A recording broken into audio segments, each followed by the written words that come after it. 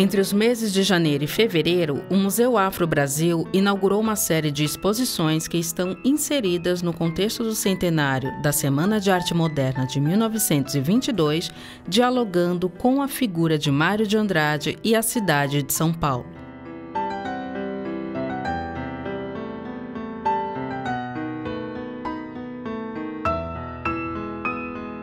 A exposição Arqueologia Amorosa de São Paulo, de curadoria de Emanuel Araújo, aborda aspectos múltiplos da vida artística, social e cultural desta metrópole. A exposição vasculha a memória da capital paulista, trazendo à luz lembranças do quarto centenário de São Paulo, dos carnavais de rua, personagens da vida artística paulistana, a moda feminina dos anos 20 e outros aspectos relacionados à vida artística, cultural, social e econômica desta cidade cosmopolita. Agora, com curadoria de Emanuel Araújo, as exposições que trazem diferentes aspectos da atuação de Mário de Andrade como poeta, cronista, romancista, musicólogo, fotógrafo e pesquisador, além de crítico de arte e de literatura. Nesse sentido, essas mostras são uma imersão na visão mais profunda de Mário sobre a arte brasileira, apresentando as composições musicais do poeta, sua produção literária, a missão folclórica, suas pesquisas sobre a escultura brasileira, sobre Aleijadinho e Padre Jesuíno do Monte Carmelo, além de obras de artistas como Brecheret, Anita Malfatti, Di Cavalcanti, Cícero Dias e Caribé. Agora, vamos percorrer um pouco por algumas das obras dessas exposições. Aqui, podemos observar o tríptico Navio Negreiro de 1961, pintado pelo artista Di Cavalcanti. A obra, de grandes dimensões e, como já indicado pelo título, tem como tema uma leitura alegórica sobre a chegada trágica dos africanos no Brasil. No entanto, esse aspecto alegórico e a paleta de cores causa outro tom para essa chegada.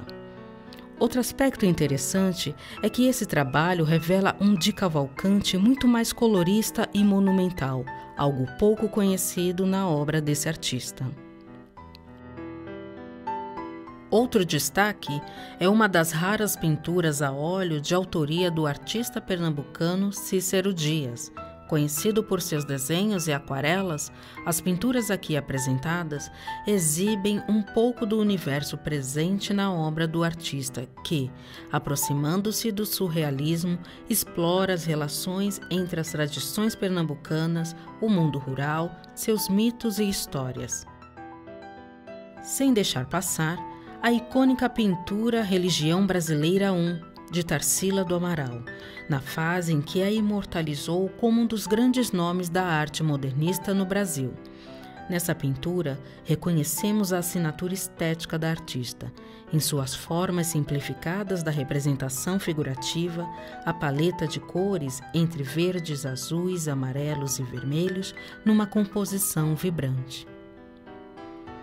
Já na mostra, esse extraordinário Mário de Andrade apresenta um recorte interessante acerca da atuação do intelectual, que vai influenciar nossa percepção da construção das narrativas da arte brasileira.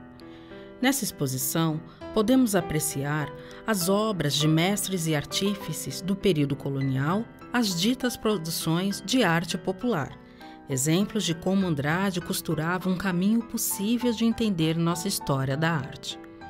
O Barroco brasileiro, título alcunhado pela geração de Mário, Tarsila, entre outros, sempre foi um tema valorizado como embrionário na constituição da historiografia de arte no Brasil para os modernistas. Deste modo, destacam-se nessa exposição a escultura de Nossa Senhora das Dores, do século XVIII, de Aleijadinho, o mais famoso artista do barroco brasileiro, mas também outro grande notável, Mestre Valentim, como suas esculturas e talhas. Ainda nessa mostra, podemos conhecer um pouco o que foi a Missão Folclórica de 1938. A idealização dessa expedição partiu de Mário, logo após sua segunda viagem ao Nordeste. Por isso, a equipe técnica foi definida por ele. Luiz Saia foi designado como chefe dessa expedição. Aqui destacam-se as esculturas recolhidas por Luiz Saia durante a missão, que foram denominadas Milagres.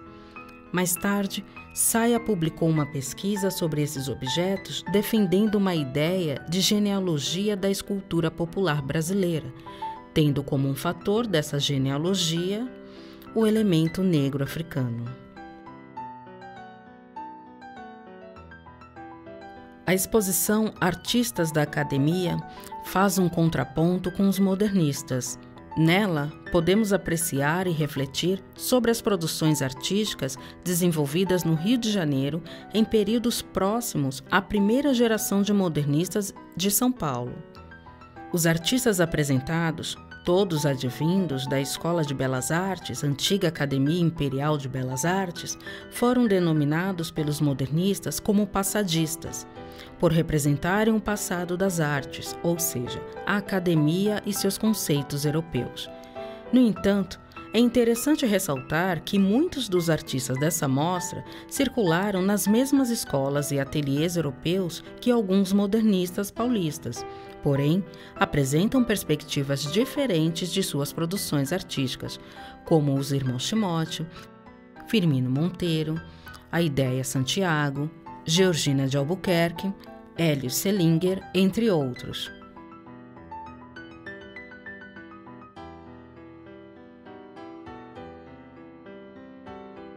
Na exposição A Volta do Baile da Spam, de Lazar Segal, temos uma exposição dedicada apenas a um único trabalho de um único artista desse cabedal influenciado por Mário de Andrade.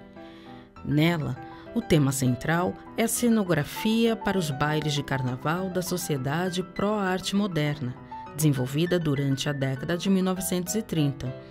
A mostra propõe uma releitura da cenografia, apresentando plotagens que ambientam o espaço, compondo com a iluminação e uma animação projetada em grandes dimensões. Além disso, podemos apreciar alguns desenhos originais da cenografia de Segal.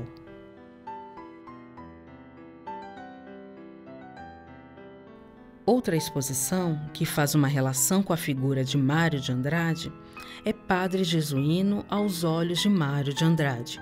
Com curadoria de Maria Silva Barsalini e Emerson Ribeiro, a mostra apresenta a produção do padre Jesuíno do Monte Carmelo, artista que nasceu em Santos, cidade do litoral de São Paulo, e atuou em sua cidade natal, mas também em São Paulo e principalmente Itu, entre a segunda metade do século XVIII e começo do século XIX. Padre Jesuíno do Monte Carmelo hoje é considerado um dos nomes incontornáveis da arte do período colonial no território paulista. Essa colocação só foi possível depois da pesquisa de Mário de Andrade sobre as pinturas das igrejas e conventos da cidade de Itu. Também foi uma das últimas pesquisas do intelectual de São Paulo, cujo olhar se voltou para esses artistas do século XVIII e XIX no Brasil. Por isso, trata-se de uma retrospectiva do olhar de Mário de Andrade sobre a produção de Jesuíno.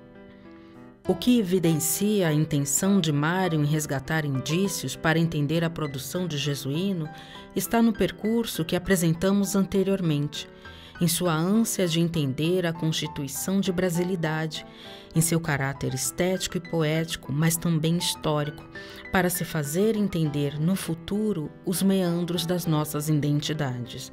E se tratando do último tema de pesquisa desta figura emblemática que foi Mário de Andrade, podemos concluir que sua vida e obra sempre esteve atrelada nessa busca constante de entender através da arte essas várias camadas do que foi e o que é Brasil.